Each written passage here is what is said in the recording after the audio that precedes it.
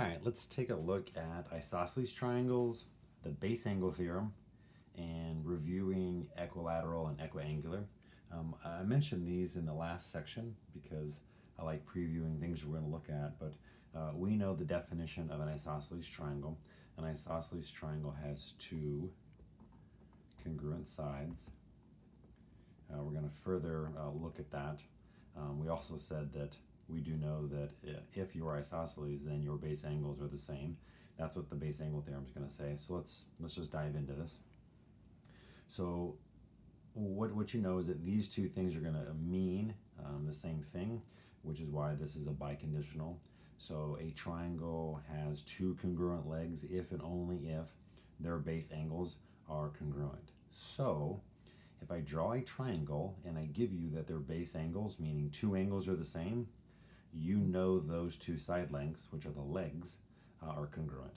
If I give you congruent legs, then you know the angles are congruent. Again, you're going to use that when you solve problems. Again, saying it again, if you have two congruent legs, you do in fact know for sure that the angles, the base angles, are congruent. Why? The base angle theorem. If you have two base angles that are congruent, you then know the legs are congruent. Right? It's like the definition of what an isosceles triangle is.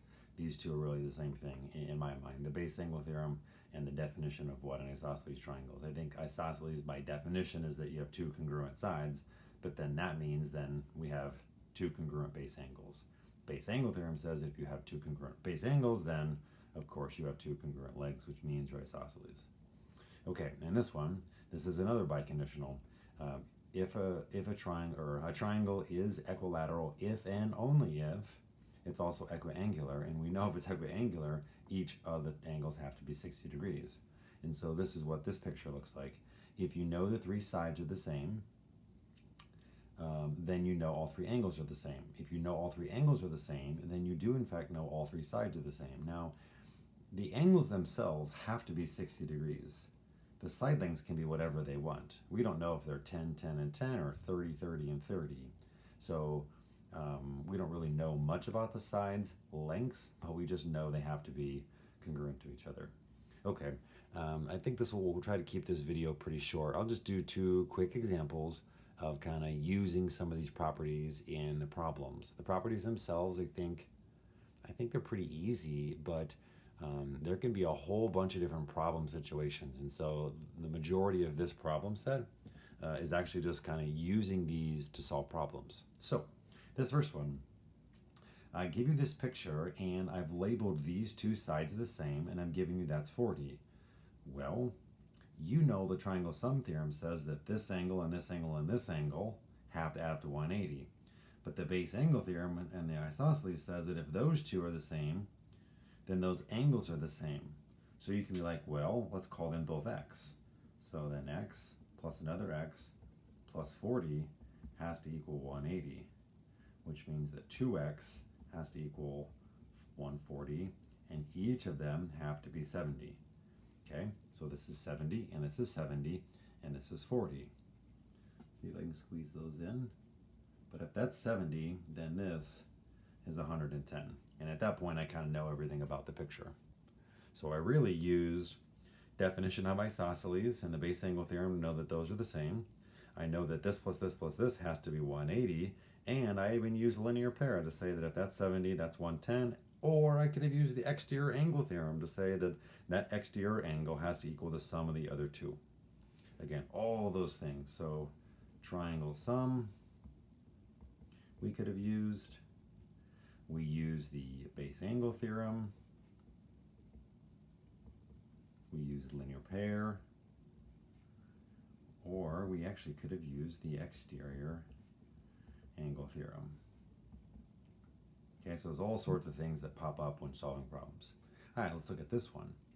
So I look at this triangle right here, and I'm like, well, it's labeled equilateral.